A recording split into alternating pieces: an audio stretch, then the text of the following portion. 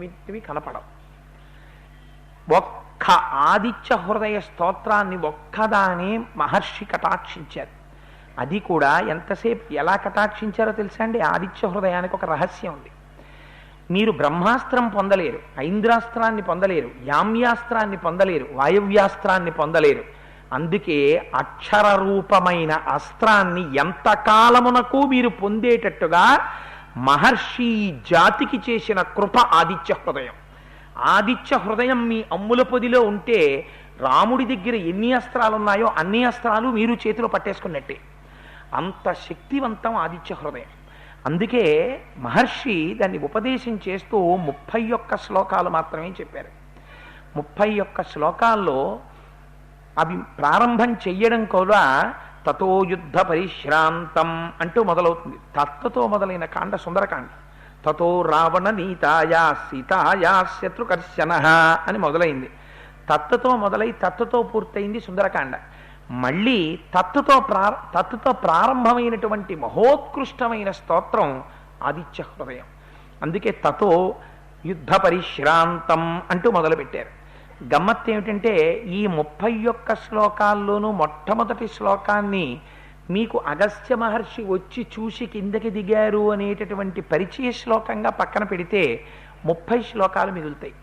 30 శ్లోకాల్లో మొట్టమొదటి 8 శ్లోకాలు మీకు అంగన్యాస కరన్యాసాలకి, తదనంతరం ఆ 8 శ్లోకాలు ఆ స్వరూప విశేషణానికి సరిపోతే చివరి 8 శ్లోకాలు అనంతరమైన ఫలసిద్ధిని చెప్తే ఇంకా మిగిలిపోయేటటువంటివి అటు 8 ఇటు 8 16 శ్లోకాలు వెళ్ళిపోతే మొట్టమొదట మీకు పరిచయం చేసినటువంటి శ్లోకం ఒకటి వెళ్ళిపోతే ఎన్ని వెళ్ళిపోయేప్పటికి 9 9 18 శ్లోకాలు వెళ్ళిపోతే ఇంకా 12 శ్లోకాలు మిగుతాయి. 8 కాదు, 9 9 అటు 9 ఇటు 9 తీస్తే 18 పోతే 12 శ్లోకాలు ఉంటాయి.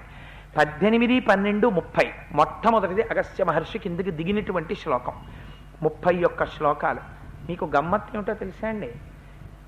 ఆదిత్య హృదయాన్ని మీరు ఎప్పుడు చదవాలి అంటే అగస్త్య మహర్షి చెప్పేశారు. కాంతారేషు భయేషు చ, మీరు మహారణ్యంలో ఉండండి, మీరు విపరీతమైనటువంటి భయాన్ని పొంది ఉండండి, ఏదైనా ప్రమాదం వచ్చేస్తూ ఉండనివ్వండి.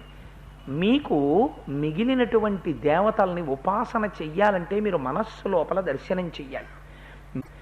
మీ మనస్సు ఖేదాన్ని పొందేసింది అనుకోండి ఎప్పుడైనా, అప్పుడు మీరు ఏ మంత్రాన్ని ఉపాసన చేస్తున్నారో ఆ స్వరూపాన్ని నిలబెట్టడం కష్టం.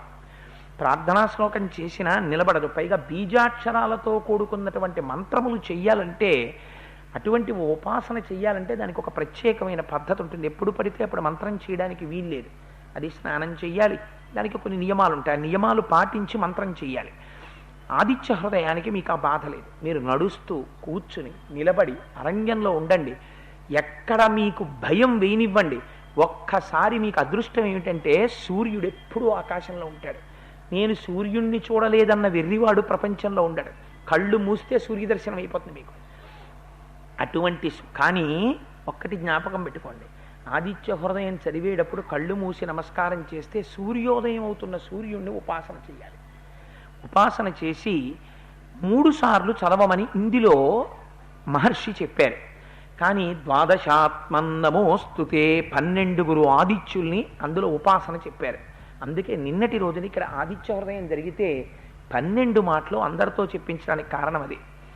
అందుకని మీకు మిగిలినటువంటి దేవతా స్వరూపాలు ఈ కంటితో చూడ్డానికి కుదరదు. ఒక్క సూర్యనారాయణమూర్తిని మాత్రం మీరు ఈ కంటితో చూడొచ్చు ఎదురుగుండా. ఈ కంటితో చూసి దర్శనం చేసి నమస్కారం చేసుకోవచ్చు. చేసేసి మీరు ఎలా ఉండండి, మీకు చాలా భయం వేసేసింది అనుకోండి, వెంటనే ఒక్కసారి కళ్ళు మూసుకుని తతో యుద్ధ పరిశ్రాంతం సమరే చింతయా స్థితం రావణంచాగ్రతో దృష్ట్వా యుద్ధాయ సముపస్థితం, తప్పులు లేకుండా 31 శ్లోకాలని కంగారుగా కాకుండా ఉచ్చారణ దోషం లేకుండా చదివితే ఎంతసేపు పడుతుందో తెలుసా అండి? ఖచ్చితంగా సూర్యమండలాంతర్వర్తి అయినటువంటి భగవానుడు సూర్యబింబంగా ఆకాశంలోకి వచ్చి ప్రస్ఫుటంగా ఉదయించడానికి ఎంత సమయం పడుతుందో ఆదిత్య హృదయం చదవడానికి అంతే సమయం పడుతుంది. అలా దాన్ని తీసుకొచ్చారు మహర్షి. వేదంలో ఉన్నటువంటి సమస్త సారాన్ని పిండి ఆదిత్య హృదయంలో పెట్టేశారు. అందులో మొట్టమొదటి భాగంలో ఏం చేస్తారంటే స్వామిని స్తుతి చేస్తారు. స్తుతి అంటే నువ్వు అంతటి వాడివి, నువ్వు ఇంతటి వాడివి అని చెప్తారు. రశ్మిమంతం సముద్యంతం దేవాసుర నమస్కృతం పూజయస్వ వివస్వంతం భాస్కరం భువనేశ్వరం సర్వదేవాత్మకోహేష తేజస్వీ రశ్మిభావన ఏష దేవాసురగణాన్ లోకాన్ పాతి గభస్తిభిః ఏష బ్రహ్మా చ విష్ణుశ్చ శివ స్కంధ ప్రజాపతి అని చెప్తారు. తర్వాత ఏం చేస్తారంటే మీకు తెలిసి కానీ తెలియక కానీ ఆదిత్య హృదయం చదివేటప్పుడు నుతి వెళ్ళిపోతుంది అందులో. అంటే మీకు రుద్ర ప్రశ్నలో రుద్రాధ్యాయము అని అందులో నమస్తే అస్తు భగవన్ విశ్వేశ్వరాయ మహాదేవాయ త్రయంబకాయ త్రిపురాంతకాయ త్రికాగ్నికాలాయ కాలాగ్నిరుద్రాయ నీలకంఠాయ మృత్యుంజయాయ సర్వేశ్వరాయ సదాశివాయ శ్రీమన్మహాదేవాయ నమః అని నమో హిరణ్యబాహవే సేనాన్యే దిశాంచ పతయే నమో నమో అని ఉభయతర నమస్కారాలతో నమకం ఎలా పెడుతుందో అలా మీకు నుతి వెళ్ళిపోతుంది. అందుకే నమ పూర్వాయ గిరయే పశ్చిమే గిరయే నమః జ్యోతిర్గణానాం పతయే దినాధిపతయే నమః జయాయ జయభద్రాయ హర్యశ్వాయ నమో నమః నమ ఉగ్రాయ వీరాయ సారంగాయ నమో నమః నమ పద్మ ప్రబోధాయ మార్తాండాయ నమో నమః బ్రహ్మేశానాచ్యుతేశాయ సూర్యాయాదిత్యవర్చసే భాస్వతే సర్వభక్షాయ రౌద్రాయ వపుషే నమః అని నమకంతో నుతి కింద పెడుతుంది. అలా నుతి కింద వెళ్ళడంలో ఏమవుతుందంటే మీకు తెలియకుండానే దాని శబ్దశక్తి చేత దాన్ని పలికేటట్టు పలకడం మీరు అలవాటు చేసుకున్నారనుకోండి, మీ లోపల నుంచి ఒక ఉత్సాహం పుడుతుంది. అది గురుముఖత ఉపదేశాన్ని కూడా పొందారనుకోండి మూలమంత్రంతో, ఇంకా దాని శక్తి కవచం కట్టేసుకున్నట్టే. అందుకని మీరు కళ్ళు మూసుకుని సూర్యభగవానుడి యొక్క ఉదయం జరుగుతూ ఉంటే దాని ఎదురుగుండా కూర్చునో లేకపోతే పూజామందిరంలో కూర్చుని, అంటే అది ఉపాసనా రహస్యం, అది ఉపదేశంలో చెప్తారు. నమస్కారం చేస్తూ ఒక్కసారి నమ పూర్వాయ గిరయే పశ్చిమే గిరయే నమః జ్యోతిర్గణానాం పతయే దినాధిపతయే నమః జయాయ జయభద్రాయ హర్యశ్వాయ నమో నమః నమ ఉగ్రాయ వీరాయ సారంగాయ నమో నమః నమ పద్మ ప్రబోధాయ మార్తాండాయ నమో నమః అని మీరు చదువుతుంటే అందులో ఉండేటటువంటి కొన్ని నామముల చేత అనేక ఫలితాలు సిద్ధించేస్తాయి మీకు తెలియకుండా. భాస్కర అని ఒక నామం వస్తుంది అందులో. ఆరోగ్యం భాస్కరాది చేత్, మీ శరీరారోగ్యం ఆ భాస్కరుడి చేతిలో ఉంటుంది. ఆ భాస్కర అన్నదాన్ని ఎక్కడ పెట్టాలో అక్కడ పెట్టేశారు, మహర్షి తీసుకెళ్ళి బిగించేశారు. మీరేం చెయ్యక్కర్లేదు. ఒక అస్త్రం మీద బ్రహ్మాస్త్రాన్ని అభిమంత్రించే ముందు బ్రహ్మాస్త్ర మంత్రాన్ని ఎలా పెడతారో అలా తీసుకొచ్చి కూర్చేశారు. కొన్ని మంత్రాలు కొందరు మాత్రమే చెయ్యాలి. ఆదిత్య హృదయానికి ఉన్న గొప్పతనం ఏమిటో తెలుసా అండి? అందరూ చదువుకోవచ్చు. అంత సాత్వికం చేసేసారు మహర్షి. దాన్ని చేసేసి ఈ జాతికి వాల్మీకి మహర్షి ఒక గొప్ప వరదానం చేసేశారు. అబ్బాయి మీకు ఏ కోరికలు ఉంటాయో నాకు తెలుసు, మీ అందరి కోరికలు సిద్ధించడానికి మీ అందరికీ ఒక అపురూపమైన బహుమతి ఇచ్చేస్తున్నాను.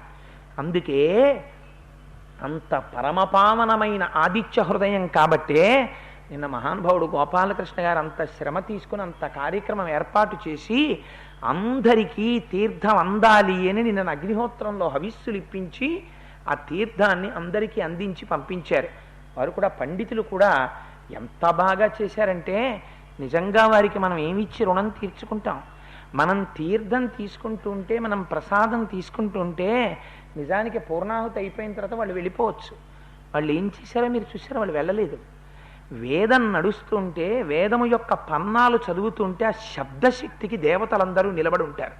వేదం అంత గొప్పది. వేదం చదవడం అంటే మాటలు కాదు, ఇది జన్మజన్మాంతర సుకృతం వేదం చదువుకోవడం. అందుకే కదా ఆ రోజున మహానుభావుడు రామకృష్ణ అవధానులు గారు వస్తే అంత పొంగిపోయాం. అందుచేత నిన్నటి రోజున వారు కూర్చుని ఆ వేదంలో పన్నాలు చదువుతూనే ఉన్నారు. మనందరం తీర్థప్రసాదాలు తీసుకుని వెళ్ళిపోయేటంత వరకు. అందుకని ఆదిత్య హృదయం అంత శక్తివంతం. అంత శక్తివంతమైన ఆదిత్య హృదయంలో స్వామిని అనేక రూపాలతో కీర్తిస్తారు. ఈయనలో అన్ని స్వరూపాలు కలిసిపోయాయి అంటారు. అందుకే రశ్మిమంతం సముద్యంతం దేవాసుర నమస్కృతం పూజయస్వ వివస్వంతం భాస్కరం భువనేశ్వరం. ఆయన కిరణములు చొచ్చుకుని వెళ్ళనటువంటి ప్రదేశం ఉండదు. భాస్వరం ప్రకాశింపచేస్తాడు, చీకటిని పోగొడతాడు, అందరినీ మేల్కొలుపుతాడు. తూర్పు దిక్కున బయలుదేరుతాడు. తూర్పు దిక్కు పర్వతాన్ని గుర్తుగా కలిగినటువంటి వాడు పశ్చిమ పర్వతాన్ని గుర్తుగా కలిగి ఉంటాడు. ఆకాశ మండలంలో తిరుగుతూ ఉంటాడు. ఋగ్యజుస్సామపారగ. అరుగ్వేదం అంటే వాక్కు, యజుర్వేదం అంటే కర్మ, సామవేదం అంటే హృదయంలో ఉండేటటువంటి సామ్య బుద్ధి, సౌమ్యమైన బుద్ధి. ఈ 3 వేదస్వరూపాలుగా లోపల ఉండేటటువంటి హృదయాన్ని ప్రశాంతంగా ఉంచుతాడు. తెల్లవారుజామున అందరూ నిద్రపోతున్నటువంటి సమయంలో నీటిలో నిలబడి తమ యొక్క కలువరేకులు ఇలా ముడుచుకున్నటువంటి కమలములకు తన లేత కిరణములతో చక్కలిగింతలు పెట్టి ఆ కమలములు విచ్చుకునేటట్టుగా చేస్తాడు. ఆ మహానుభావుడే ఘనవృష్టిరపాం మిత్రో వింధ్యవీధి ప్లవంగమహ. అటు నుంచి ఇటు దాటుతూ సముద్రంలో ఉండేటటువంటి ఉప్పు నీటిని తన కిరణముల చేత తాగుతాడు. తాను ఎలా పుచ్చుకుంటాడో తిరిగి తాను అలా ఇచ్చేస్తాడు. తప్ప తను దాచుకోవడం చేత కానివాడు పరబ్రహ్మస్వరూపుడు. ఉప్పు నీటిని తాను పుచ్చుకొని తీయటి నీటిగా మార్చి మేఘం చేస్తాడు. అయ్యయ్యో, పిల్లలందరూ దాహంతో ఉన్నారని మేఘాన్ని పంపించి ఘనవృష్టిరపాం మిత్రో, నీటికి స్నేహితుడై ఉంటాడు.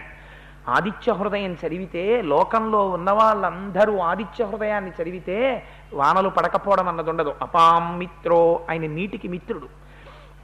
అందుకే నీటిని వర్షింపచేస్తాడు. మళ్ళీ అపాం మిత్రో వింధ్యవీధి ప్లవంగమహ. ఆ వింధ్యవీధి ఆకాశ వీధిలో తిరుగుతూ ఉంటాడు. బ్రహ్మేశానాచ్యుతేశాయ సూర్యాయాదిత్యవర్చసే. అన్నీ ఆయన అయి ఉంటాడు. ఎందుచేత ఆయన సృష్టిస్తాడు. ఆయన లేకపోతే సృష్టి లేదు. మీకు అందుకే చిన్నప్పుడు సైన్స్లో ఒక ఎక్స్పెరిమెంట్ చెప్తారు. మీరు మట్టిలో ఒక మొక్కని పెట్టి చీకట్లో ఇంట్లో పెట్టారనుకోండి, అది కొంతకాలానికి ఆకులలో కిరణజన్య సంయోగ క్రియ లేక పత్రహరితం ఏర్పడక చెట్టు చచ్చిపోతుంది. అదే చెట్టుని తెచ్చి మీరు సూర్యరశ్మిలో పెట్టారనుకోండి, సూర్యకిరణముల చేత వంట చేసుకొని ఆ ఆకుపచ్చతనాన్ని తన ఆకుల్లో పెట్టుకుని తిని చెట్టు పైకొస్తుంది. లోకమంతా పరిడవిల్లుతోందంటే కారణం సూర్యభగవానుడే, ప్రత్యక్షమైనటువంటి దైవం.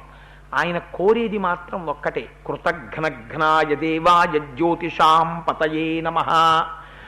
ఎవడు కృతఘ్నుడు అంటే, నువ్వు అడిగినా అడగకపోయినా నీకు జీవితాన్ని ఇస్తున్న పరమాత్మ ఉదయిస్తున్నటువంటి సమయంలో నిద్రపోతున్నవాడు కృతఘ్నుడు. వాడు లేచి సూర్యోదయం జరుగుతున్నప్పుడు నమస్కారం చేసి ఉపాసన చెయ్యాలి. ఒంటి మీద యజ్ఞోపవీతం ఉన్న వాళ్ళందరూ సూర్యోదయానికి ముందర సంధ్యావందనం చెయ్యాలి. ఏ కారణం చేతనైనా ఆలస్యమైతే ప్రాయశ్చిత్తంతో అర్ఘ్యం ఇవ్వాలి. అందుకని కృతఘ్నఘ్నాయ దేవాయ జ్యోతిషాం పతయే నమః. ఆయన కృతఘ్నులై పాపులై ఉన్నటువంటి వారిని సంహరించడం కూడా పరమాత్మకి తెలుసు. ఆయన అన్నిటినీ ముట్టుకుంటాడు, కానీ దేని చేత కల్మషం ఆయనకు అంటదు. ఆయన శవం మీద ఆయన కిరణాలు పడతాయి, బురద మీద ఆయన కిరణాలు పడతాయి, శ్మశానంలో ఆయన కిరణాలు పడతాయి, యజ్ఞ వేదిక మీద ఆయన కిరణాలు పడతాయి, బంగారు మేడ మీద ఆయన కిరణాలు పడతాయి, పనికి మాలినటువంటి ఎందుకు పనికి రాకుండా రోడ్డు పక్కన పడిపోయినటువంటి ఒక కుక్క కళేబరం మీద ఆయన కిరణాలు పడతాయి. అన్నిటినీ ఆయన కిరణాలు భాషింపచేస్తాయి.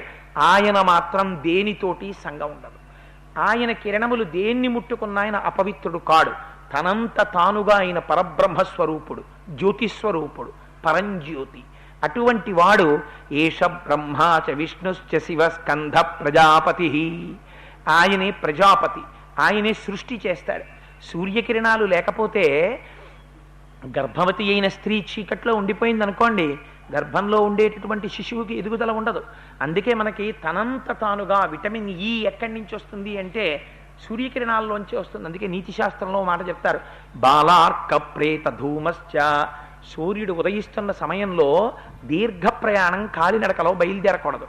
ఎందుకంటే బాలార్కుడంటే తెల్లవారుజాము నుంచి బయలుదేరినటువంటి సూర్యకిరణాలు మీద పడితే లోపల ఉండేటటువంటి శక్తిని లాగేస్తాయి ఆ కిరణాలు.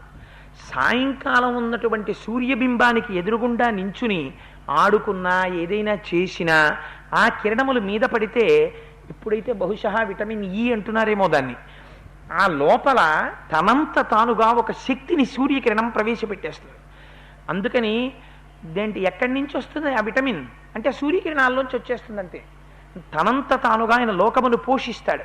ఆయన స్కందుడు. ఎక్కడో లోకాల్లో ఉన్నవాడు ఇక్కడ ఈ కంటితో మీరు చూసేట్టు కనపడతాడు, అక్కడున్నవాడి కిరణాలు ఇక్కడ పడతాయి. ఆయన ఆతపి మండలి మృత్యు పింగళ సర్వతాపన. ఆయన తపింప చేసేస్తాడు లోకాల్ని. ఆయన సృష్టి చేస్తాడు, అన్నం పెడతాడు, పోషిస్తాడు, లయం చేసేస్తాడు. ఆయన చెయ్యనిది ఉండదు, అన్నీ ఆయన చేతే జరిగిపోతుంటాయి.